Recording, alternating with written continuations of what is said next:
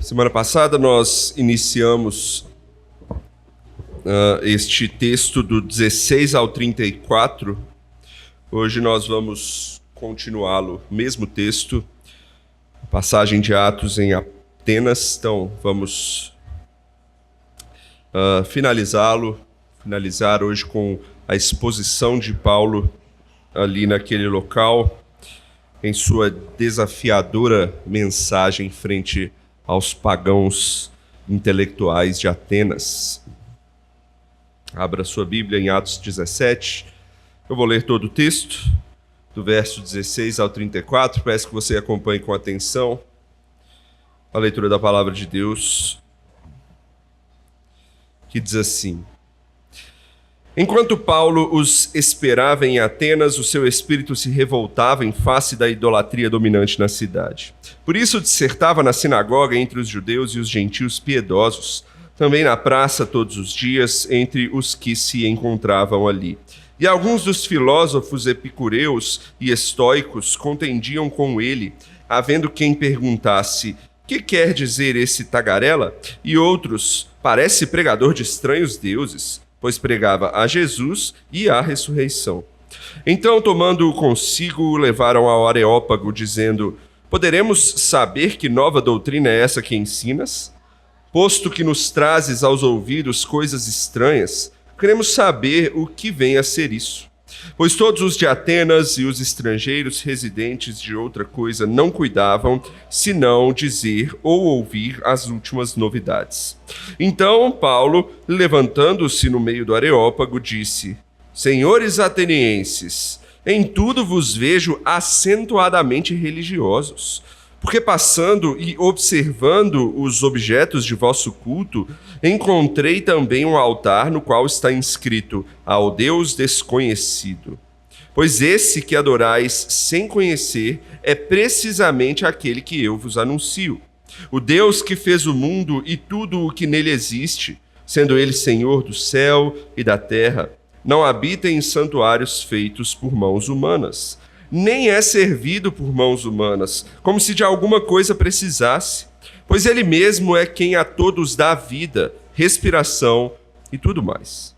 De um só fez toda a raça humana para habitar sobre toda a face da terra, havendo fixado os tempos previamente estabelecidos e os limites da sua habitação, para buscarem a Deus, se porventura tateando, o possam achar, bem que não está longe de cada um de nós, pois nele vivemos e nos movemos e existimos, como alguns dos vossos poetas têm dito, porque dele também somos geração. Sendo, pois, geração de Deus, não devemos pensar que a divindade é semelhante ao ouro, à prata ou à pedra, trabalhados pela arte e imaginação do homem. Ora, não levou Deus em conta os tempos da ignorância. Agora, porém, notifica aos homens que todos, em toda parte, se arrependam, porquanto estabeleceu um dia em que há de julgar o mundo com justiça, por meio de um varão que destinou e acreditou diante de todos, ressuscitando dentre os mortos. Quando ouviram falar de ressurreição de mortos, uns escarneceram e outros disseram: a respeito disso, te ouviremos noutra ocasião. A essa altura, Paulo se retirou do meio deles. Houve, porém, alguns homens que se agregaram a ele e creram. Entre eles estava Dionísio, o Areopagita, uma mulher chamada Dâmaris, e com eles outros mais. Até aí a palavra de Deus, vamos orar. Santo e eterno Pai, nós pedimos que o Senhor nos abençoe agora para ouvirmos a exposição da Tua palavra, por meio daquilo que Lucas escreveu e por meio daquilo que Paulo falou ali naquele local tão desafiador para a exposição da Tua palavra. Não é diferente conosco, nós também vivemos em meio a um mundo desafiador para expor o Teu Evangelho e pedimos que o Senhor nos ajude, nos encoraje por meio dessa mensagem. É o nosso pedido no nome de Cristo Jesus. Amém. Como é que vocês tentam persuadir os outros a acreditar naquilo que você diz? Eu adoro ver isso nas crianças. Por exemplo, lá em casa, a Sofia, ela incorporou a Chiquinha do Chaves sem nunca ter assistido. Ela vira pra mim quando quer alguma coisa dizendo assim: papaizinho lindo, dorme aqui na minha cama hoje. Ou algo assim. Várias vezes. Eu e a minha esposa conversando sobre isso, ela falou: tem um vídeo interessante sobre isso, e ela me mostrou um vídeo de duas crianças, uma mais novinha e uma um pouco mais velha. E a mais novinha pede coisas para os pais, e os pais falam: não, agora não, ou então, não, você já fez isso. E o mais velho fala assim: deixa eu te ensinar como é que faz. E aí, por exemplo, um pede assim: papai, posso tomar sorvete? Aí o pai fala: não tá na hora disso agora. Aí o mais velho fala: deixa eu te ensinar como é que é. Aí ele vai no pai e fala assim: papai, senti tanto sua falta hoje. A gente pode conversar sobre o nosso dia tomando um sorvete? Claro, meu filho. Aí ele vai e toma sorvete com o filho dele. Aí ele diz que com os pais eles gostam de tempo de qualidade com os filhos. É assim que você persuade a eles. Com a mãe você precisa de um pouco mais do que isso. Aí ele fala que ele vai na mãe dele e quer jogar videogame. Aí ele vai na mãe dele para tentar jogar videogame, né? E ela tá dobrando roupa para guardar, alguma coisa assim. Aí ele vira para ela e fala assim: mamãe, deixa que eu dobro para você descansar um pouco. Aí ele fala bem baixinho: aí quando eu acabar eu vou jogar videogame bem baixinho para não te atrapalhar, tá? Aos poucos as crianças vão crescendo e vão pegando jeito para dobrar os seus pais de alguma forma. À medida que eles conhecem cada vez mais os seus pais, eles vão tentando fazer isso para persuadi-los àquilo que eles querem. Porque até uma criança entende que persuasão não funciona com você gritando em exigências maldosas, ofensivas para alguém, ou então virando para a pessoa e falando: você está errado nisso e naquilo, me imita aqui que é melhor para você. Normalmente não é assim que dá certo para você persuadir alguém a fazer alguma coisa, né? É muito mais fácil persuadir alguém quando você conhece essa pessoa antes e você sabe como cativar essa pessoa, ou você estabelece pontes de contato com ela, sendo amoroso ou coisas assim. Bom, no texto de hoje, continuando a exposição que a gente iniciou no domingo passado, a respeito da viagem de Paulo aqui em Atenas, a gente vai ver a exposição de Paulo diante dos gregos, os pagãos intelectuais ali naquele Areópago. E a gente vai ver Paulo agir dessa forma. Ele vai tentar persuadir os seus ouvintes a crerem no Deus verdadeiro. E com isso, você não vai ver Paulo sendo ofensivo ou Paulo gritando coisas ou outras assim. Não, ele diz a verdade, mas ele diz de uma forma interessante, usando boas pontes de contato com os seus ouvintes, coisas que eles já conhecem, que eles conseguem entender, que eles até já acreditam, ou que eles têm amor por isso. E Paulo vai usar essas coisas, mas sempre levando a verdade em consideração. Quando é necessário confrontar com a verdade, ele vai fazer. Mas ele sempre vai tentar persuadir de uma maneira que seja interessante para eles.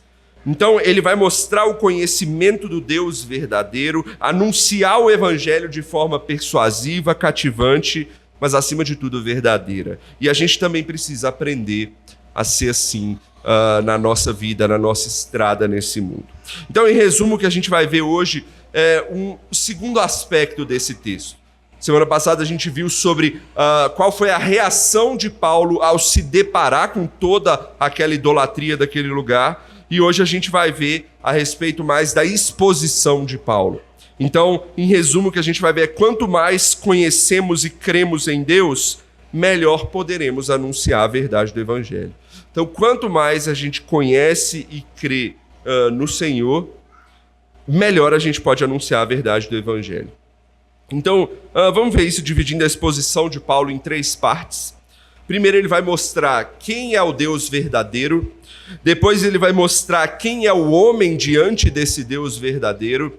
E por fim ele vai anunciar o Evangelho, que é a solução para esse homem em relação à distância que ele está desse Deus. Então vamos lá. Em primeiro lugar, vamos ver que ao defender a nossa fé nesse mundo, ao anunciar a nossa fé nesse mundo diante das pessoas, a gente tem que mostrar quem é o Deus verdadeiro, ou quem o Deus verdadeiro é. E semana passada a gente iniciou esse texto de Paulo em Atenas, mostrando como ele chegou no local. Não sei se você lembra, mas ele estava lá em Tessalônica, depois foi para Bereia por causa das perseguições, e de Bereia teve que ir fugido para Atenas, e ele estava em Atenas aguardando Silas e Timóteo chegarem para eles iniciarem o trabalho missionário. Só que Paulo viu tanta idolatria ali, à medida que ele caminhava, à medida que ele passava por aquelas construções, aqueles templos, aqueles vários altares, e ele não conseguiu se conter. O texto diz que ele ficou revoltado com aquilo. E ele começou a pregar o evangelho, mesmo antes de Silas e Timóteo chegarem. Ele começou pelos judeus, mas diferente do que normalmente ele faz, ele partiu para pregar para todo mundo que ele via. Ele foi para o meio da praça, porque ele precisava combater tamanha idolatria que ele estava vendo. E, inclusive, na praça ele encontra alguns intelectuais, né? O texto nos diz que ele encontra os estoicos e os epicureus, né? Dois grupos de pensamento filosófico lá daquela época. E ali aqueles homens ouvem Paulo e eles o desprezam e falam que ele está pregando estranhezas ou deuses estranhos, né? Não sei se você lembra no texto, mas fala que eles entendiam que Paulo estava pregando dois deuses, principalmente, Jesus e a ressurreição. Eles entendiam ressurreição como um segundo Deus, né? E então, eles estavam achando muito estranho aquilo, mas como eles gostam de ver, de ouvir os comentários a respeito das curiosidades do mundo, eles chamam Paulo e falam: Paulo, vamos ali até o Areópago para que você fale conosco quais são as suas ideias, aquilo que você crê, para que a gente tente entender isso daí. A gente gosta de entender o pensamento do mundo. Vai lá, vamos entender o que você quer dizer. Então, Paulo ganhou essa oportunidade e foi. E hoje a gente vai tratar excepcionalmente, então, do que Paulo falou ali, que está a partir aí do verso de número 22, né? A gente já começou o inicinho, quando Paulo usa uma ponte para iniciar a sua exposição, quando ele fala: sabe esse Deus desconhecido que vocês dizem que adoram? Então, é esse Deus que eu vou anunciar para vocês, né? Paulo, então, estava caminhando por lá, ele viu um altar, onde estava escrito ao Deus desconhecido, alguma coisa assim, e tamanha idolatria que eles dizem adorar um Deus que nem mesmo eles conhecem, e Paulo usa isso como ponte de contato para revelar o Deus verdadeiro. Então ele faria conhecido a eles esse Deus. Então a primeira coisa que Paulo faz é exatamente isso, é mostrar quem é o Deus verdadeiro. Vamos ver como é que Paulo começa. Olha mais uma vez os versos 24 e 25. O Deus que fez o mundo e tudo o que nele existe, sendo ele Senhor do céu e da terra, não habita em santuários feitos por mãos humanas, nem é servido por mãos humanas, como se de alguma coisa precisasse, pois ele mesmo é quem a todos dá vida, respiração e tudo mais. Então aqui já temos que notar uma diferença clara de quando ele anuncia o evangelho aos judeus, do que agora que ele está diante de pagãos, né? Com os judeus, como é que normalmente ele faz? Ele vai direto para onde? Para o Antigo Testamento. Os judeus já conhecem o Deus que Paulo vai anunciar. Os judeus já sabem de quem Paulo vai falar. Então Paulo já vai direto no Antigo Testamento, citando os patriarcas, as leis e tudo mais.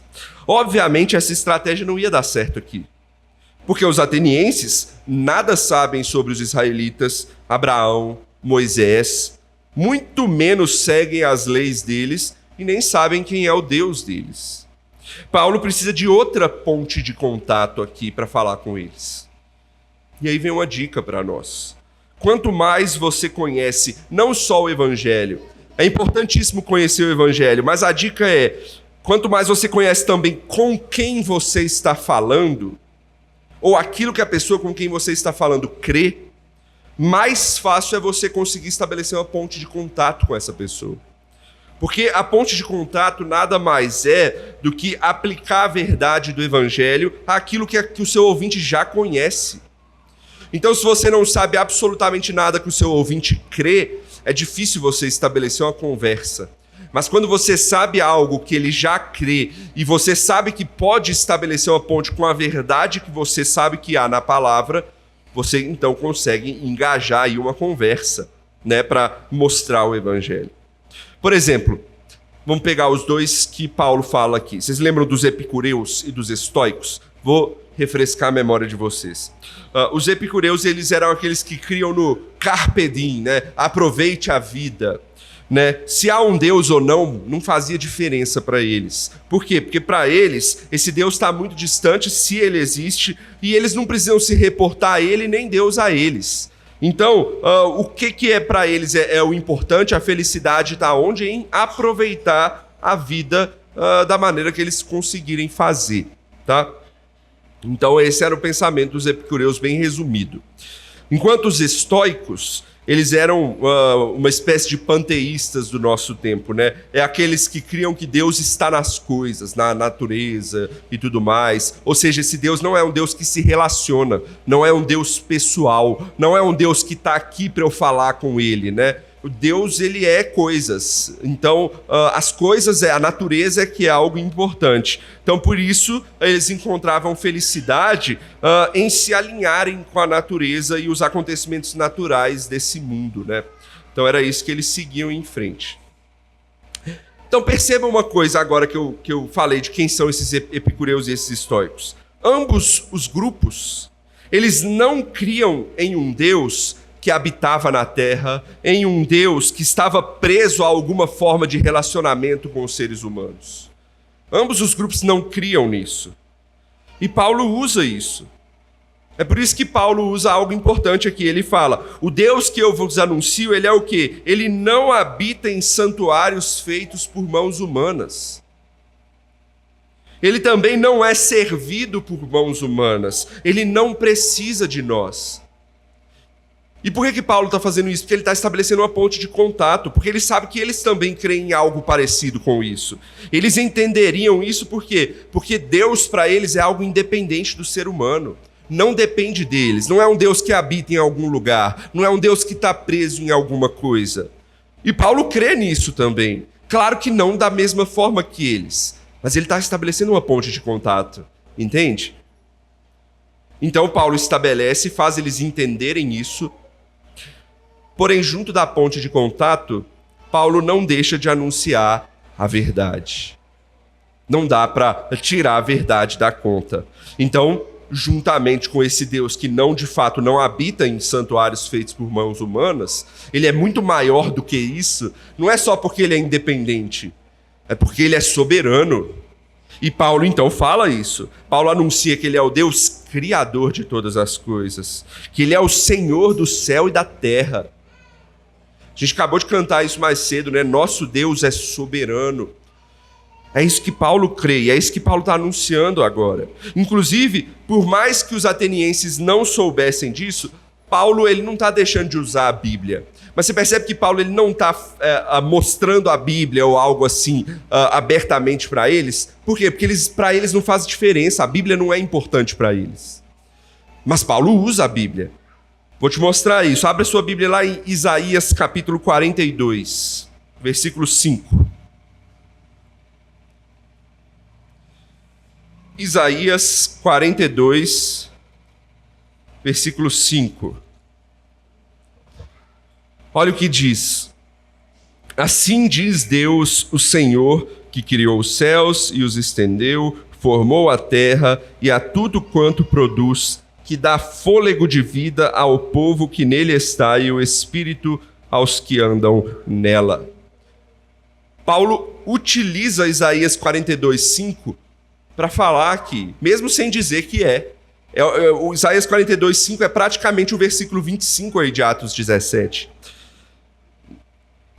Então, Paulo usa a palavra de Deus, mas estabelecendo pontes de contato para que eles possam achar interessante ou dar ouvidos a ele, né? Só que perceba o que a gente chama de o pulo do gato de Paulo aqui. Ele mostra algo que eles creem, mas ele os contradiz ao mesmo tempo. Paulo, por exemplo, ele está contradizendo os estoicos aqui, dizendo que esse Deus é pessoal, sim. Pois ele continua se importando com os seres humanos, nos dando vida, respiração e tudo mais, como diz o texto. Ou seja, Deus está em relação com a gente, Deus está em contato conosco. Deus continua governando as coisas. E contradiz os epicureus que eram materialistas, né? Mostrando que Deus criou tudo, sim, inclusive a matéria. Deus criou todas as coisas, Ele é sobre tudo. Então Paulo estabelece pontes de contato, mas fala a verdade juntamente com isso. Talvez você esteja pensando aí, mas Paulo era diferenciado mesmo, né? Ele sabia, ou pelo menos ele entendeu como era o pensamento daqueles homens que estavam diante dele e soube se aproximar a partir da palavra de Deus. Aí você pode pensar, acho que eu nunca ia conseguir fazer uma coisa dessa. E de fato, entender pensamentos e filosofias, né, não é algo fácil de fazer. Mas não são muitos de nós que se deparam em discussões com intelectuais também. Né? A gente não precisa ir tão longe assim como Paulo. Paulo foi chamado exclusivamente para fazer isso. Né? Mas pense mais na sua vida comum e aplique isso a ela. Pense nas pessoas com quem você convive. Pense nas conversas com os companheiros de trabalho, com os familiares descrentes, com os vizinhos, com amigos diversos. Essas pessoas provavelmente você conhece algo daquilo que elas pensam, e elas não são intelectuais com filosofias difíceis na cabeça. E quanto mais você conhece a palavra de Deus, melhores pontes de contato você terá, e certamente você vai defender melhor a sua fé e vai poder anunciar o evangelho a elas.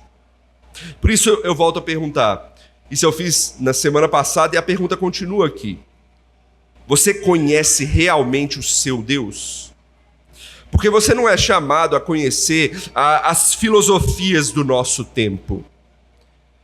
Mas você é sim chamado a conhecer cada vez mais e melhor o seu Deus. E isso nos ajuda então a compartilhar o Evangelho com aqueles que não conhecem. Então a primeira coisa é, mostre quem é o seu Deus. Entenda quem Ele é para mostrá-lo quem Ele é. Segundo lugar, é de extrema importância aqui mostrar também quem nós somos diante desse Deus. Por quê? Porque nós cristãos sabemos que o problema do mundo, a nossa visão de mundo, é de que o pecado quebrou, rachou o nosso relacionamento com Deus. E esse é o próximo passo para o anúncio do Evangelho. Você precisa mostrar qual é o problema, então. Você mostrou quem é esse Deus, e agora você mostra o problema de que nós, em segundo lugar, mostrar a nossa distância e dependência desse Deus. É isso que Paulo vai fazer agora, vai mostrar qual é o problema, ou seja, qual a nossa distância e dependência desse Deus. Olha aí a partir do verso 26. De um só fez toda a raça humana para habitar sobre toda a face da terra, havendo fixado os tempos previamente estabelecidos e os limites da sua habitação, para buscarem a Deus, se porventura tateando possam achar. Bem que não está longe de cada um de nós, pois nele vivemos, nos movemos e existimos, como alguns dos vossos poetas têm dito, porque dele também somos geração. Sendo, pois, geração de Deus, não devemos pensar que a divindade é semelhante ao ouro, à prata ou à pedra trabalhados pela arte e imaginação do homem. Então aqui Paulo vai começar a falar a respeito de quem é o ser humano diante desse Deus. E antes de entrar nisso, no que Paulo diz propriamente dito, aqui a gente pode aprender um pouco sobre um assunto muito importante que, se você quiser entender melhor o mundo e o que as pessoas creem e como você pode utilizar isso para se relacionar com elas e anunciar o Evangelho de uma forma mais sábia, esse é um texto extremamente importante que ensina isso. É o tema que chama cosmovisão. O que é cosmovisão? É a forma como nós enxergamos o mundo. Todo mundo enxerga o mundo de alguma forma. Nós, os pagãos, os judeus, todo mundo tem uma forma de ver o mundo, né? E perceba que há algumas perguntas que surgem no texto que nos mostram visões de mundo distintas. Por exemplo, perceba em primeiro lugar Paulo mostrando como ele enxerga a realidade desse mundo para ele. Como é que é a realidade desse mundo para Paulo? É um mundo que foi criado por um Deus soberano que governa todas as coisas. A realidade do mundo é essa para Paulo. Ele criou todas as coisas e esse Deus continua governando todas elas. Agora ele vai anunciar quem é o ser humano diante desse Deus. É uma segunda pergunta importante que ele faz no texto. Essas são perguntas básicas de qualquer pessoa no mundo pensa algo a respeito disso, ainda que de forma inconsciente. Todo mundo tem uma ideia de como é a realidade desse mundo e de o que é que os seres humanos estão fazendo aqui. Todo mundo tem uma visão disso, ainda que nunca tenha pensado sobre isso, inconscientemente ele tem alguma coisa a dizer sobre isso. Qualquer pessoa tem uma ideia de como é a realidade. Por exemplo, vou dar alguns exemplos aqui. É de um Deus criador? É de um Deus criador, mas que não se relaciona mais com o mundo? Ou então veio do acaso? Ou então é irreal, tipo uma Matrix da vida? Quanto mais você entende isso, quanto mais você vê visões diferentes, melhor serão as suas armas de persuasão para convencer as pessoas. Porque você vai entender aquilo que elas creem, diferente de você, e aí você consegue estabelecer pontes de contato. Bom, é comum no meio cristão reformado a gente enxergar o mundo através de um conceito bem famoso que chama criação, queda e redenção. Não sei se você já ouviu falar nessa tríade aí, né? Criação, queda e redenção. Deixa eu te mostrar que Paulo está usando exatamente isso aqui, tá? Entenda, por exemplo, por criação, não alguém que cria alguma coisa simplesmente. Entenda por criação a origem daquilo que nós vemos o mundo. Ou uma pergunta que representa a criação é: o que é a realidade para você? O que é o mundo à nossa volta? Né? Por exemplo, para alguns a realidade, para nós, por exemplo, vai ser Deus, é o Deus criador de todas as coisas. Para pessoas ateias, normalmente vai ser: não existe um Deus, a matéria ela é eterna. Ela foi se desenvolvendo e virou o mundo. Né? Então isso é a criação, isso é a origem, é o primeiro ponto.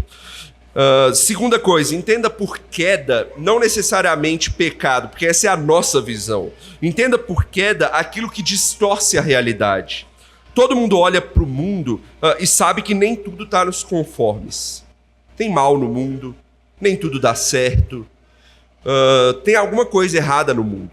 Todas as visões de mundo têm alguma coisa assim. Nós dizemos que o que gerou isso, o que distorce a nossa realidade, é o pecado. Essa é a nossa visão de mundo.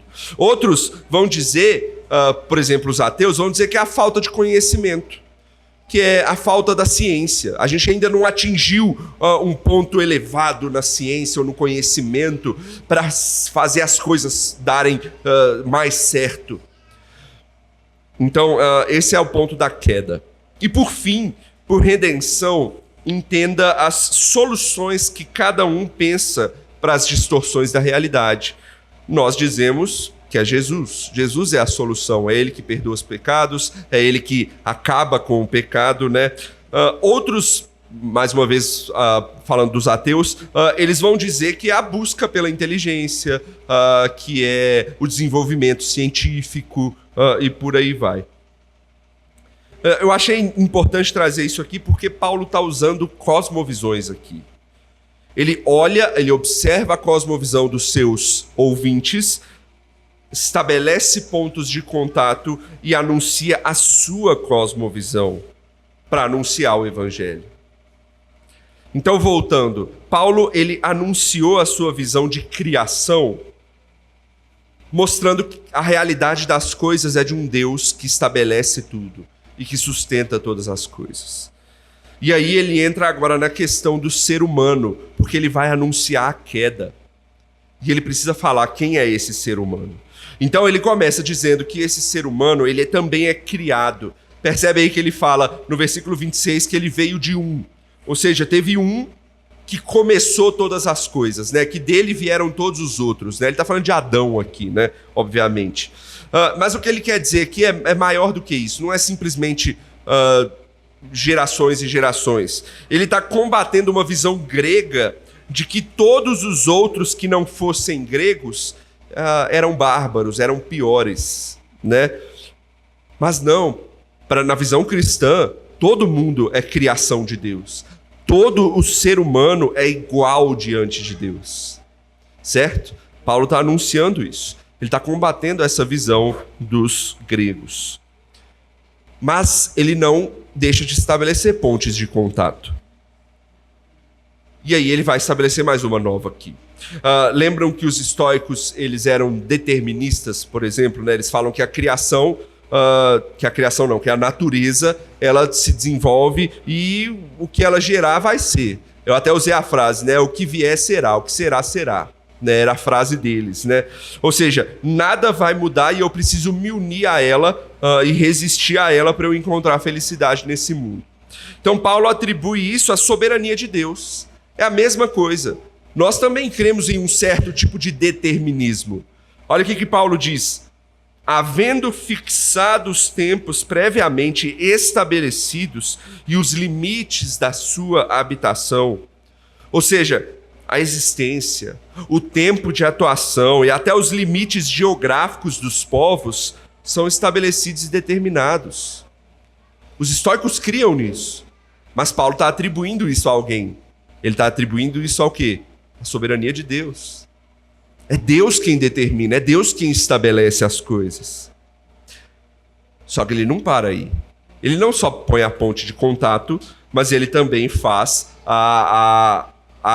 ele também faz a controvérsia aí com o pensamento deles, né? Temos um Deus que está além da criação, mas a verdade é que esse Deus, ele também se envolve com ela. Ele estabelece as coisas, mas ele também se envolve com essa criação. Quem tem vindo nas aulas de escola dominical tem entendido bem esses conceitos, né? No Deus transcendente, imanente. E fica a dica aí para vocês virem na escola dominical, porque ela está nos ajudando a entender certas coisas aqui. E o verso 27 diz que Deus criou o homem e colocou cada um em seu devido lugar e contexto. Mas com um propósito. Com que propósito? Para o buscar, é o que o texto diz. Propósito de ser buscado, ou seja, com o propósito de relacionamento. Seus ouvintes não criam nisso, mas Paulo estava expondo essa parte da verdade. Inclusive, esse versículo 27 diz algo bem importante para nós. Paulo diz que Deus não está longe. Ele está dando uma cutucada no entendimento grego aqui, né? Lembra que eles falam que Deus, se é que Deus existe, ele está lá longe e tudo mais. Ou era um Deus impessoal para eles, né? Então, de certa forma, Paulo está dizendo, esse Deus está perto sim. E vocês sabem disso. Vocês conhecem esse Deus. Todos naturalmente temos aquilo que João Calvino certa vez chamou de sensus divinitatis. O que é isso? É o senso do divino. Eu sei que há alguma coisa além disso aqui. Mas muitos seres humanos simplesmente abafam isso. E um autor chamado Scott Oliphant, ele comenta assim: o altar dedicado ao Deus desconhecido não era uma tentativa deles encontrarem esse Deus. Não era uma tentativa deles buscarem esse Deus. Eles já tinham certo conhecimento dele. Mas era uma tentativa deles se esconderem daquele que eles já conheciam. E para mostrar isso, Paulo vai citar alguns poetas gregos que já falavam isso, que mostravam essas pontes de contato.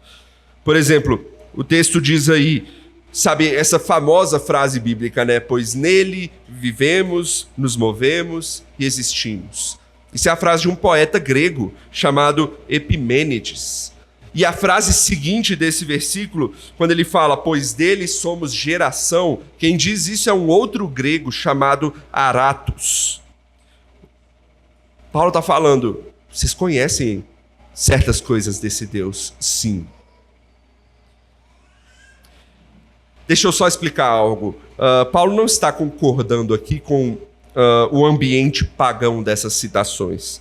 Até porque eles atribuem isso a Zeus, né? Esse Aratus, antes dele falar, porque dele somos gerações, esse dele era Zeus, né? Deus da mitologia grega, né?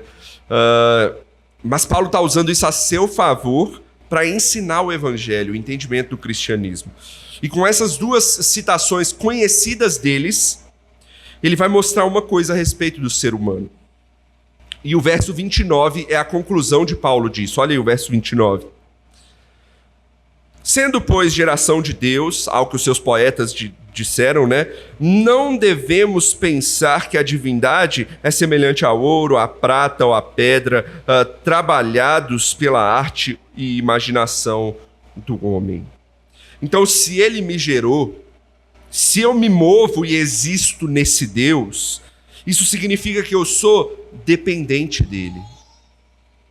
E de certa forma, Paulo está anunciando a queda aqui também, né? Deus, ele é o Criador, e nós muitas vezes queremos enquadrá-lo da forma como o imaginamos, em objetos e coisas assim. Mas ele nos fez como imagem deles. Paulo nem usa o termo imagem de Deus, mas é o que ele está falando aqui, né? A gente deveria nós mesmos refletir a esse Deus. E olha a queda aqui, a queda subverteu isso. A queda nos fez criar nós mesmos imagem de Deus com objetos, com ouro, prata, pedra, idolatria. E a gente então se esquece de Deus, ou então os pagãos ali, como Paulo está falando, se esquecem de Deus. Perceba como esse texto é rico. Tem muitos conceitos aqui por trás do que Paulo está falando, para anunciar a verdade. Ele está falando, de certa forma, que nós somos todos iguais, né? Pois somos imagem de Deus, e ele não usa esses termos, mas ele também fala que nós dependemos desse Deus soberano. Ele usa a soberania de Deus sem usar esse termo, pois é ele quem governa tudo, a nossa existência e dependência dele. E ele diz que essa idolatria deles não faz sentido, pois esse Deus não pode ser contido em coisa alguma. Não é isso que vai nos levar a Deus. Perceba então agora qual é a chave do que Paulo está falando. E se nós dependemos desse Deus, o que nos pode levar a ele? Paulo anunciou que esse Deus nos colocou nesse mundo com o intuito de quê? De buscá-lo, de nos relacionar com ele. E Paulo ainda diz que ele não está longe, mas a gente tem que perceber isso. Então, o pulo do gato da cosmovisão cristã aqui, ou a resposta, a solução da cosmovisão cristã, é o relacionamento com Deus. Por isso que nós somos religiosos. Religião tem a ver com isso, né? Chama religião, significa religar, né? É a nossa religar com Deus. E como é que a gente faz isso? Por meio de Jesus. Ele é o caminho até Deus. Essa é a resposta para a nossa visão de mundo. Ou seja, Paulo pegou vários conceitos de teologia aqui, sem usar o bibliquês, porque para eles não fazia diferença nenhuma, mas ele anunciou isso de uma forma interessante para eles entenderem a dependência deles do verdadeiro Deus. E isso é fantástico que Paulo faz.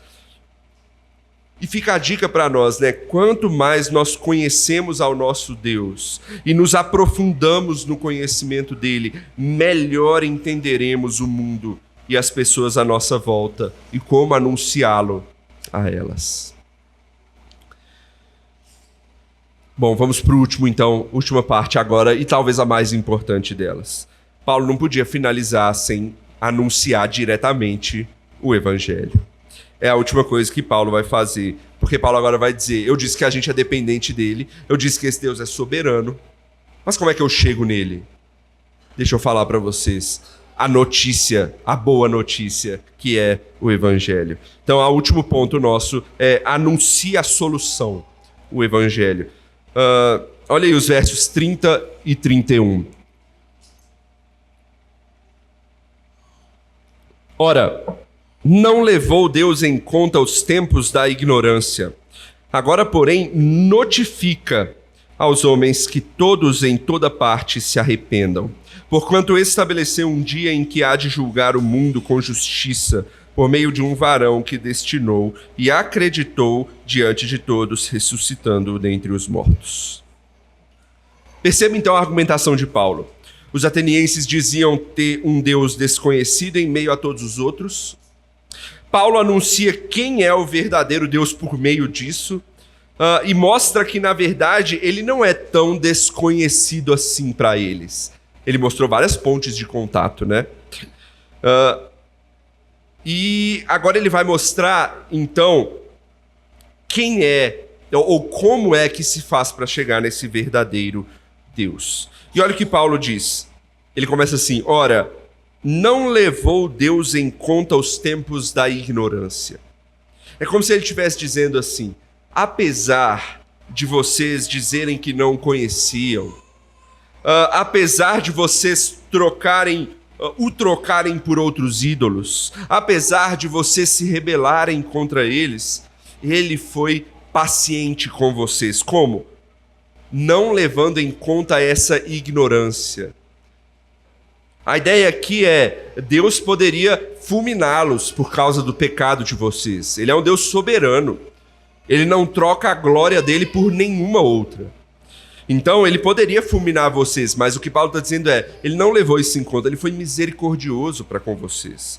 Agora, porém, olha a palavra que ele usa: notifica. A ideia de uma notícia. Evangelho é uma notícia. Ou seja, a ideia de Paulo agora é: eu estou informando, eu estou anunciando o Evangelho para vocês. Há algo que vocês podem fazer quanto a isso. O Evangelho, a boa notícia chegou a vocês. Ouçam e se arrependam, é o que ele diz. Como nós lemos mais cedo hoje aqui no culto, lá na epístola do próprio Paulo em Romanos capítulo 1, a gente viu que essa ignorância não é uma desculpa para a gente se justificar diante de Deus, tá? Ou seja, não é que os pecados deles antes da notícia chegar foram ignorados por Deus. Não é isso que o texto está dizendo, tá? A revelação geral, ou seja, a criação. Lembra o Salmo 19, né? Os céus proclamam a glória de Deus. Deus é visto, né? A obra e o poder de Deus são vistos na criação. E todas as pessoas podem ver isso, mas os seus pecados os afastam disso. É por isso que todo ser humano nasce em direção à condenação, pois todos já nascemos em meio a essa ignorância. Então todo mundo precisa ouvir o Evangelho. Mas Deus graciosamente se revela a nós por meio desse Evangelho. Ele traz essa boa notícia. E é exatamente essa graça, esse amor que está sendo anunciado por Paulo aqui no texto. Sem Cristo, eles estavam rumando para o inferno. Mas há um caminho, é o que Paulo está dizendo. Se arrependam dos seus pecados e creiam. Paulo está anunciando a solução aqui. A redenção. Lembra do que eu falei? Criação que é de redenção. Qual a solução para a distorção desse mundo? Para essa distância que a gente tem de Deus? É o Evangelho. É Cristo Jesus. E ele expande isso. Ele diz lá no versículo, no final do 30 e no 31, né? Esses pecados precisam de arrependimento. Por quê? Porque no final vai haver um julgamento em que um justo juiz enviado por Deus vai julgar cada uma das pessoas. Talvez os atenienses nessa hora se perguntassem: mas quem é esse que vai vir? Que autoridade que ele vai ter sobre nós? E aí Paulo usa algo que eles questionaram antes. Lembra os deuses estranhos que eles falaram de Paulo? Jesus e a ressurreição.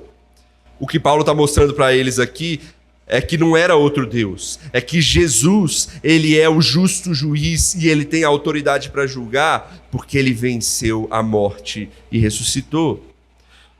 E uma das coisas que tanto epicureus quanto estoicos e quanto a maioria das visões de mundo do nosso tempo tem problema é o quê? É a morte. Porque a morte é o fim de tudo. A morte acaba com as coisas. Para nós, a morte é só um passo para a gente chegar a Deus eternamente. Para eles era o fim. Então, quando ele diz que Jesus ressuscitou dentre os mortos, ele está dizendo, é essa autoridade que ele tem para julgar vocês e julgar a todos. Paulo está mostrando então uma esperança maior, o justo juiz que vence até a morte. Mais uma vez, Paulo está falando coisas profundas de teologia aqui, sem precisar citar nomes ou coisa assim, né? Ele está associando Cristo a Adão, não sei se você percebeu isso no texto, mas no início ele falou que todos vieram de Adão, mas por todos virem de Adão, todos se tornaram pecadores. Agora ele está dizendo, por um varão, todos podem ser salvos agora. Em Cristo há salvação.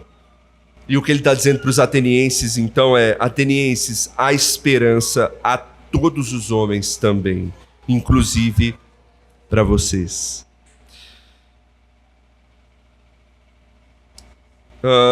E a título de observação, talvez você esteja se perguntando, mas peraí, Paulo não falou diretamente o nome de Jesus e ele nem falou da cruz aqui. Isso não é algo indispensável no Evangelho? Certamente é. E tem duas explicações possíveis para isso aqui. Primeiro, é que certamente temos aqui em Atos um resumo daquilo que Paulo falou. Lucas, ele não descreveu tudo que Paulo, todas as palavras que ele usou, né? Então, ele resume o discurso para nós, colocando apenas aquilo que ele julgou mais importante para entendermos o ponto de Paulo. E o ponto principal de Paulo aqui era sobre a questão da ressurreição de Jesus, que foi o questionamento dos gregos a ele, né? Dos deuses estranhos. Então, Lucas foca nessa apresentação. Não é que Paulo não tenha falado da cruz. Mas também há uma segunda explicação para isso, que tem a ver com a continuidade da história, que é aonde eu vou concluir aqui, né? O verso 32 diz que quando eles ouviram o que Paulo disse sobre ressurreição, alguns zombaram de Paulo e outros foram embora, né? Ou seja, parece que a exposição de Paulo foi interrompida e ele não concluiu o que ele tinha tudo o que ele tinha para dizer, né? Porque foi interrompido, tanto que no 33 aí fala que Paulo até foi embora. Seja qual for a resposta para Paulo não ter falado, então, da cruz ou diretamente o nome de Jesus, Paulo anunciou o evangelho corajosamente aqui, mostrando a solução para poder ter novamente esse relacionamento com Deus, porque nós somos dependentes dele. E isso jamais pode faltar em qualquer que seja a nossa abordagem de fé com outras pessoas. Mas entenda uma coisa, como nós vimos, a gente tem que ser sábio, a gente tem que ser persuasivo para anunciar o evangelho. Não é só chegar dizendo, Jesus te ama e quer te salvar, se você não crer, você vai para o inferno. Isso não é uma boa exposição do evangelho. É o evangelho? Bem resumidamente, sim, mas não é uma boa forma. Então, temos de persuadir sabiamente os que estão diante de nós com a verdade das Escrituras.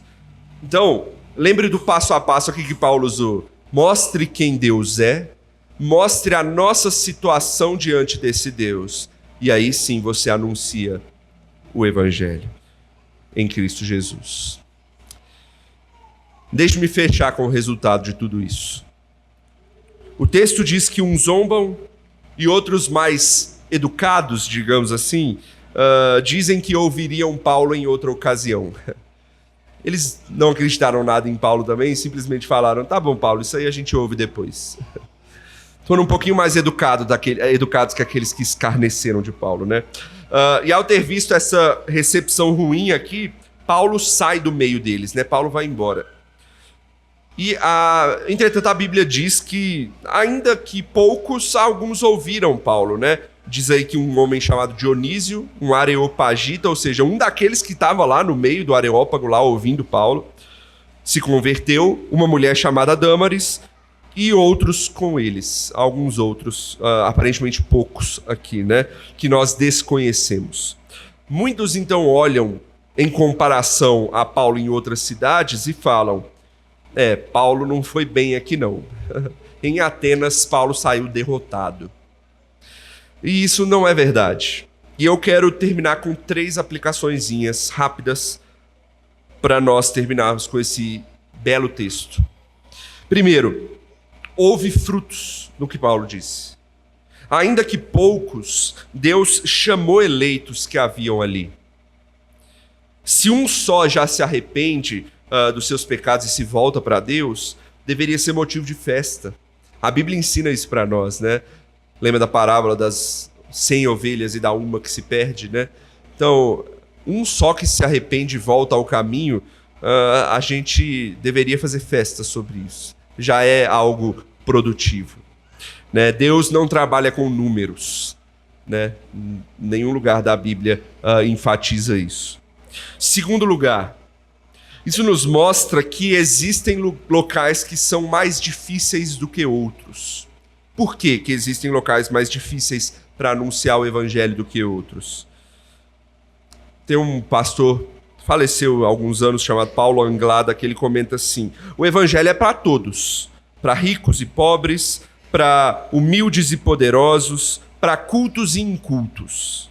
Mas, sem dúvida, é mais difícil convencer os ricos, os poderosos e os cultos a colocarem a sua confiança em Cristo. Por quê? Porque eles já têm seus próprios deuses, né? A riqueza, o poder e o conhecimento. É por isso que atualmente talvez seja mais difícil ser um missionário em países ricos, tipo a Europa, do que em países mais pobres como a África ou no Oriente Médio ou algo assim, né? Se bem que o Oriente Médio hoje tá muita gente rica também, né? Por quê? Porque essas pessoas são mais difíceis de convencer, porque você vai falar da necessidade dela em Cristo e ela vai falar, mas eu não sinto falta de nada, eu tenho tudo. Então é muito mais difícil em lugares assim. E Paulo enfrentou essas dificuldades aqui em Atenas. Pessoas que eram intelectuais e que já tinham tudo bem estabelecido em sua cabeça e não ouviram Paulo.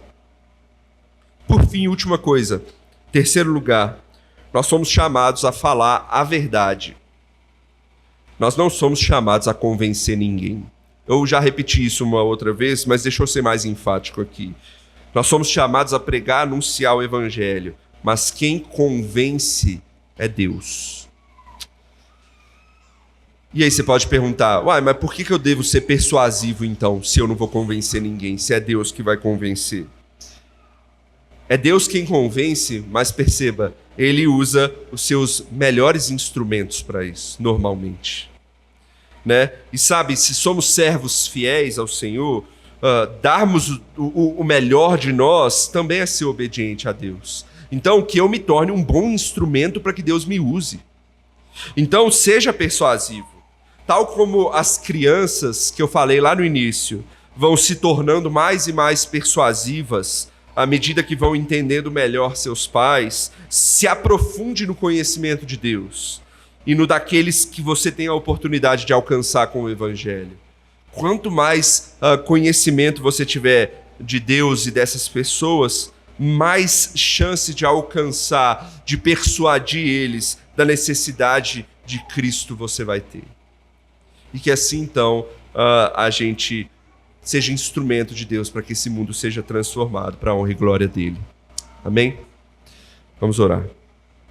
Senhor, obrigado por esse texto, pela exposição da tua palavra, nesse rico texto que o apóstolo Paulo pregou ali em Atenas, que podemos, ó Deus, com ele aprendermos mais a anunciar a tua palavra, mostrando quem é o Senhor, mostrando a nossa situação de distância do Senhor pelo pecado e anunciando o Evangelho, a resposta em Cristo Jesus. E que possamos, ó Deus, cada vez mais nos tornar mais sábios, ter mais conhecimento do Senhor para sabermos anunciar melhor a tua palavra nesse mundo. É o que nós pedimos e oramos no nome de Cristo. Amém.